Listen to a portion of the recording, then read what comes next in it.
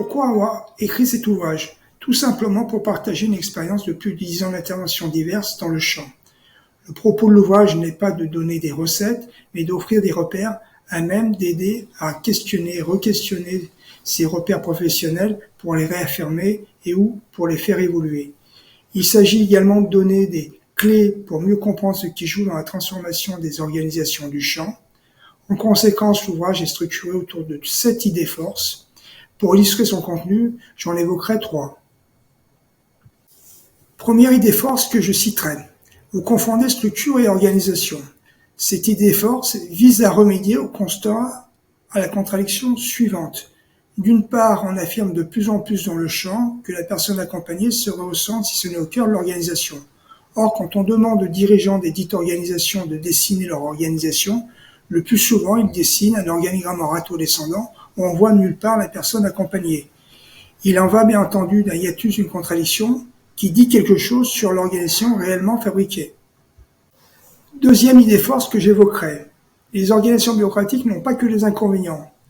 L'organisation bureaucratique est en quelque sorte une mal-aimée. Or, c'est le type d'organisation qui domine dans les sociétés, qui est très présente dans l'action sociale et médico-sociale en France.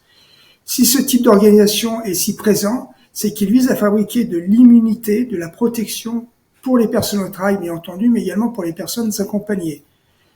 Cela n'est pas sans poser problème, car à trop protéger, on peut entraver, si ce n'est nier la vie, comme est venu nous rappeler effectivement l'épisode du Covid-19. Troisième et dernière idée force que j'évoquerai, débureaucratiser les organisations médico-sociales. Cette idée force vise à souligner dans le prolongement de la précédente que le virage inclusif, la désinstitutionnalisation, participe largement d'un processus de débureaucratisation. L'enjeu est d'ouvrir les organisations, de les décloisonner pour aller vers les organisations plus matricielles. Reste qu'il existe plusieurs variantes d'organisation matricielle donnant plus ou moins de place à l'immunité et ou la communauté.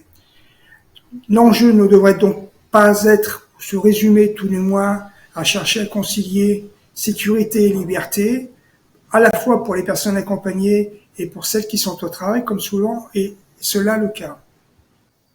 Dans le prolongement de la publication de cet ouvrage, nous avons décidé avec Champ Social de proposer une journée de formation.